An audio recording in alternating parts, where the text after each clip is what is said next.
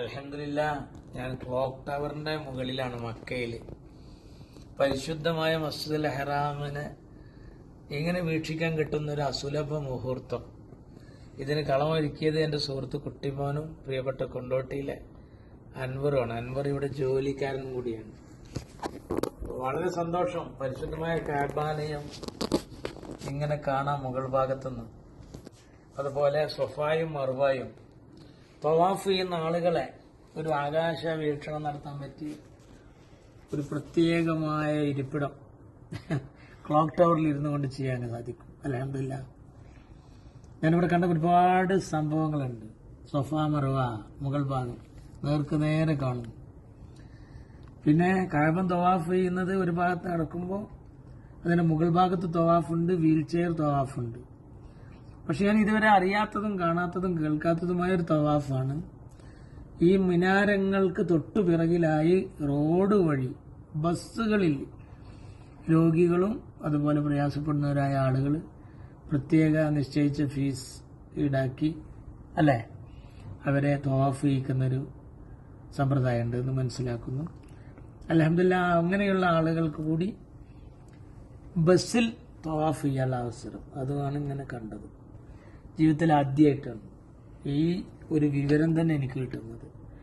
അൽഹംദുലില്ലാഹ്, പരിശുദ്ധമായ മസ്ജിദുൽ ഹറാമിനെയും മക്കയെയും അതുപോലെ എന്താ പറയുക, ഇവിടുത്തെ ഓരോ ചരിത്രത്തിന്റെ അമരസ്മരണകൾ ഉറങ്ങുന്ന ഓരോ വിഷയങ്ങളെയും മുടിനാലിഴ കീറി പരിശോധിച്ച് പഠിച്ച് മനസ്സിലാക്കാൻ വേണ്ടി ഒരു 5-8 ദിവസമായി ഞാൻ അതിന്റെ പിറകിലാണ്.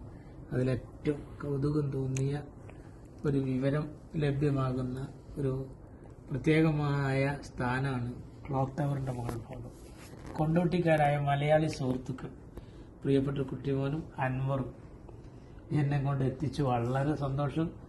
ഞാൻ എൻ്റെ സുഹൃത്ത് വലയത്തിൽ ആരെയും മറക്കാറില്ല.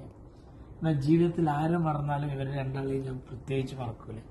കാരണം പരിശുദ്ധമായ കഅബാലയം കൺകുളിർക്കെ കാണാൻ, ആകാശ വീക്ഷണം നടത്താൻ, അതും ഈ പകൽ സമയത്ത് ആകെ മൊത്തം എവിടെയാണ് മസ്ജിദുൽ ഹറാമിന്റെ ആ തല ഈ തല, എത്ര മുനാരം, ഏതൊക്കെയാണ് ബാബുസലാം അവിടെ കിടക്കുന്നു, സഫ മർവ, അതുപോലെ ജബൽ ഖുബൈസ്, അതുപോലെയുള്ള സംഭവങ്ങളെല്ലാം, മസ്ജിദ് അബൂബക്കർ സിദ്ദീഖ്, മാഷാ അല്ലാഹ്,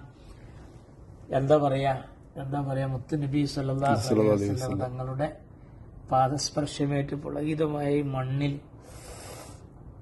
എന്താ പറയാ, ഈ ചെറിയവനായ ഞാൻ ഈ ഉയരത്തിലിരുന്ന് ഇത് കാണാൻ കിട്ടിയ ഈ അവസരത്തിന്റെ നിമിഷത്തെ എന്ത് പേരിട്ട് വിളിക്കണമെന്ന് മനസ്സിലാവുന്നില്ല. അള്ളാഹു നാളെ സുഖലോക സ്വർഗത്തില് ഈ രണ്ട് സുഹൃത്തുക്കളെ, എന്നെയും നമ്മളെല്ലാവരെയും ഇതിനേക്കാൾ വലിയ ഉയരത്തിൽ ദർജയിൽ. അസ്സലാമു അലൈക്കും.